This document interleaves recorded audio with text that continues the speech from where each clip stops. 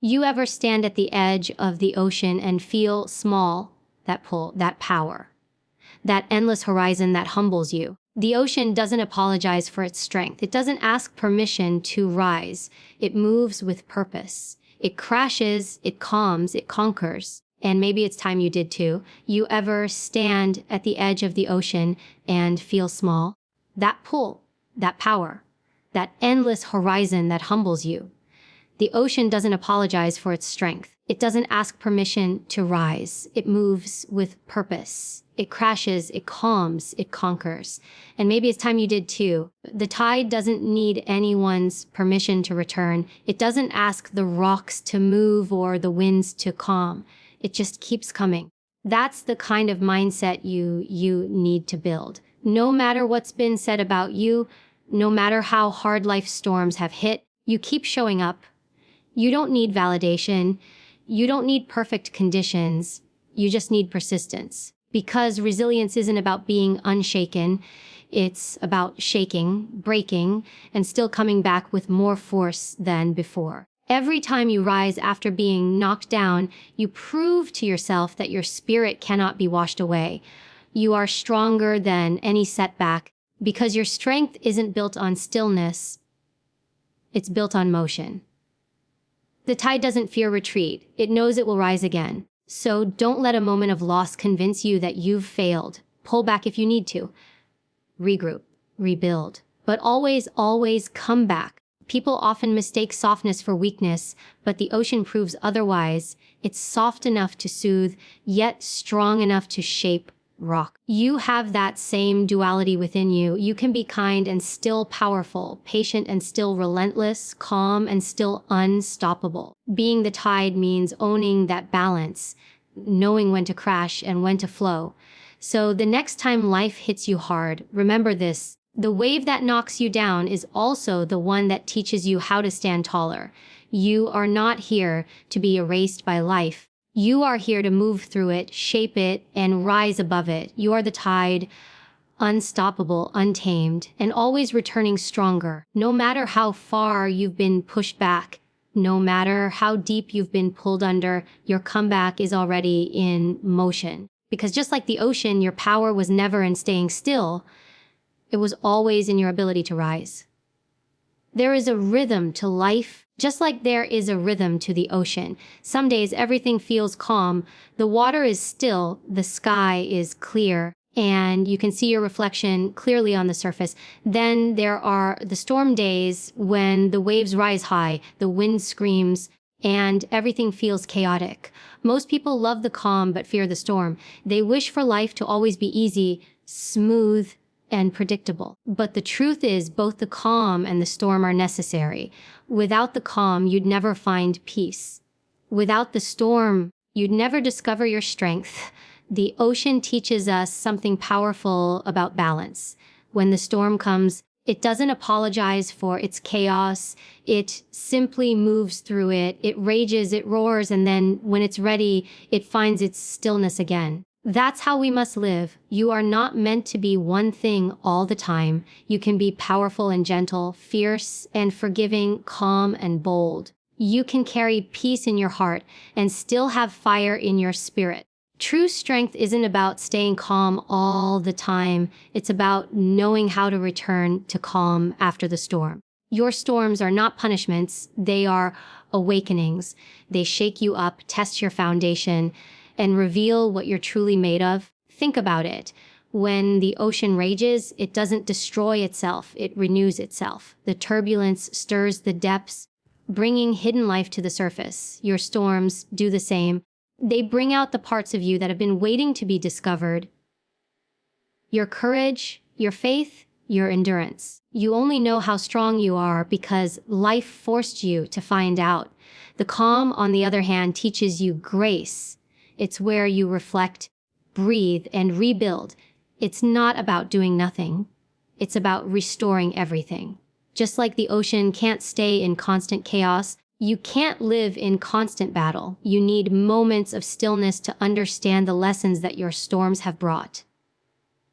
Calm isn't weakness, it's recovery. It's the strength to be still when everything inside you wants to fight. So when you find yourself in a season of calm, don't rush through it. Let it heal you. Let it prepare you for the next wave. And when the storm hits, don't curse it. Ride it. Trust that it's moving you toward growth. Every storm passes and every calm returns. Both are part of your rhythm, part of your story. Life's beauty isn't in choosing one over the other. It's in learning to flow between them, to find peace in chaos and power in stillness. Just like the ocean, you are allowed to be both wild and serene, both powerful and peaceful. That balance is where your true strength lies. The calm gives you focus. The storm gives you force. Together, they make you unstoppable. The ocean never asks permission to rise. It doesn't wait for the sun to shine or for the wind to calm before it moves. It just does. That's what power looks like. Not arrogance, not noise, but certainty. The ocean knows exactly what it is. It expands, it crashes, it creates, and it reclaims. It doesn't need validation to exist. It doesn't wait for the world to approve its timing. It simply moves in alignment with its purpose. That's the lesson. Stop waiting for permission to rise. Stop asking for approval to become who you already are. Too often, we shrink ourselves because we're afraid of being too much, too bold, too loud, too passionate, too different. We dilute our truth to make others comfortable, not realizing that every time we hold ourselves back, we betray our own potential. Waiting for permission is another form of fear. We convince ourselves that it's humility or patience, but deep down, it's hesitation. We wait for the right time, the right support, the right words. And while we wait, our dreams fade quietly in the background. But nothing great was ever built by someone waiting for a green light. Greatness comes from those who move even when no one believes in their wave yet. You are not here to fit in with the current. You are here to create your own. The ocean doesn't look around and ask other waters how to move. It trusts its own rhythm. That's what you must do. Your journey will not look like anyone else's. Your timing, your calling, your rhythm, they're all yours. The people who once doubted you will eventually call you unstoppable, but only if you stop doubting yourself first. The truth is, no one will ever give you permission to take up space. You have to claim it. No one will hand you confidence. You have to build it. The world rewards those who act, not those who wait. You can spend your whole life seeking approval, or you can decide that your worth doesn't depend on anyone's validation. The moment you stop asking, "Can I?" and start declaring, "I will," everything changes. You stop chasing acceptance and start walking in purpose. Like the ocean, you must move with conviction. Don't apologize for your power. Don't soften your strength to fit into small spaces. The world needs your full presence. Your voice, your vision, your fire. There will always be people who misunderstand your rise, who mistake your confidence for arrogance or your passion for aggression. Let them. You don't owe them an explanation for your strength. So when you feel that pull inside you, that desire to start, to speak, to change something, don't wait for permission. Move, act. Rise. Just like the ocean, you are not meant to stay still. You are meant to move with purpose, to create waves that shift everything around you. You were never made to blend in. You were made to move boldly, to rise freely, and to own your power completely. Stop asking if you can. You already can. Now go prove it. You were never meant to be small. You were never designed to fit neatly into boxes built by other people's comfort zones. Yet somewhere along the way, the world teaches us to shrink, to stay quiet, to take up less space, to dim our light just enough so we don't outshine anyone else. But look at the ocean. It doesn't shrink to fit the shoreline. It doesn't apologize for its vastness. It doesn't whisper when it can roar. It exists fully, boldly, unapologetically. That's the same energy you need to bring into your life to stop living like a puddle and start living like the ocean you were born to be. Being small might feel safe, but it's a slow kind of suffocation. You start to fold yourself into versions that please others, saying yes when you mean no. Staying silent when your voice matters most. You water down your truth so it won't make waves. But what happens when you keep shrinking is that you lose yourself.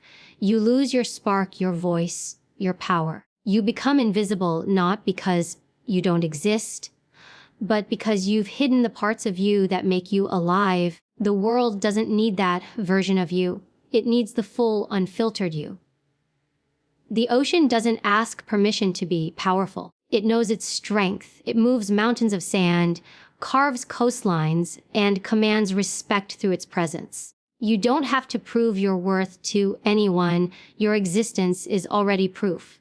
The more you embrace your depth, the more your power grows. You are not here to make yourself smaller so others feel bigger. You are here to rise so others remember that they can rise too. There will always be people who are uncomfortable with your confidence, who will call it arrogance because they've never learned to stand in their own power. Let them talk. The ocean doesn't calm its waves because someone prefers still water. You have to stop apologizing for being too much, too bold, too honest, too passionate, too real. Those are not flaws, they're your fire. You can't lead, inspire, or create by pretending to be less than you are. When you finally decide to stop shrinking, something shifts. You begin to walk taller, speak clearer, and live freer. You no longer chase approval. You attract respect. People feel your presence not because you're loud, but because you're grounded.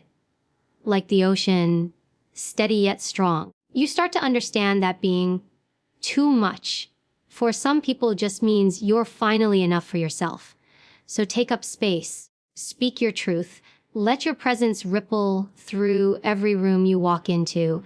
You don't have to dim your light to make others comfortable. You can shine and still bring warmth. You are not a puddle meant to be stepped over. You are an ocean meant to be explored. Stop living small because you fear your own power. The world doesn't need your perfection. It needs your fullness. It needs your depth. It needs you vast, bold, and unstoppable. There comes a moment in everyone's life when you feel like you're sinking, when the weight of everything you've carried finally pulls you under. You can't breathe, you can't see the surface, and all you want is to escape the current dragging you down. It's in that moment that most people think they're drowning. But what if you're not? What if you're not drowning at all? What if you're becoming? What if that struggle, that darkness, that pressure is the very thing shaping you into something stronger? Because that's what the ocean teaches us. Depth isn't born on the surface. It's formed in the deep. The deeper you go, the less noise you hear.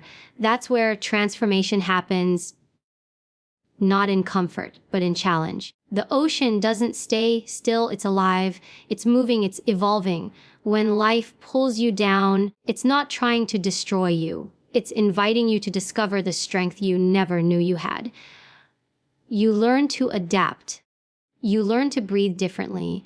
You learn that the calm you were looking for isn't at the surface. It's within you. Every wave that once scared you becomes a teacher. Every storm that once broke you becomes a mirror reflecting your resilience. When you're in the middle of your storm, it's easy to believe it will never end. You can't see the sun. You can't feel the shore. But that the ocean always returns to calm, and so will you. The same waves that pull you under will also push you back up. You are not being buried. You're being built. The pressure you feel right now, that's growth. That's your power expanding. And the more you fight against it, the more it hurts. But when you stop fighting and start flowing, everything changes. You realize you were never meant to drown in the first place. You were meant to rise differently. The process of becoming stronger doesn't look graceful. It's messy, painful, exhausting. But it's real. Growth doesn't announce itself with comfort. It tests your patience, challenges your faith, and strips away everything false. It's in the darkness that you find your light. It's in the silence that you find your truth. You can't learn who you are until life pushes you deep enough to find out. The ocean doesn't fear its depth, and neither should you. So the next time you feel like you're going under, remind yourself this isn't the end. This is the becoming. You are learning to breathe under pressure, to rise when you're tired, to trust that even in chaos, you can find your rhythm again. You don't need to fight the water. You need to move with it.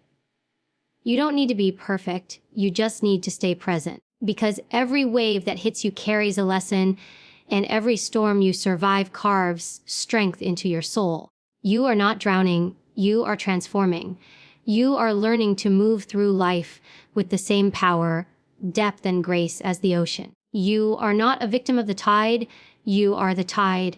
And no matter how deep you go, you always have the strength to rise again.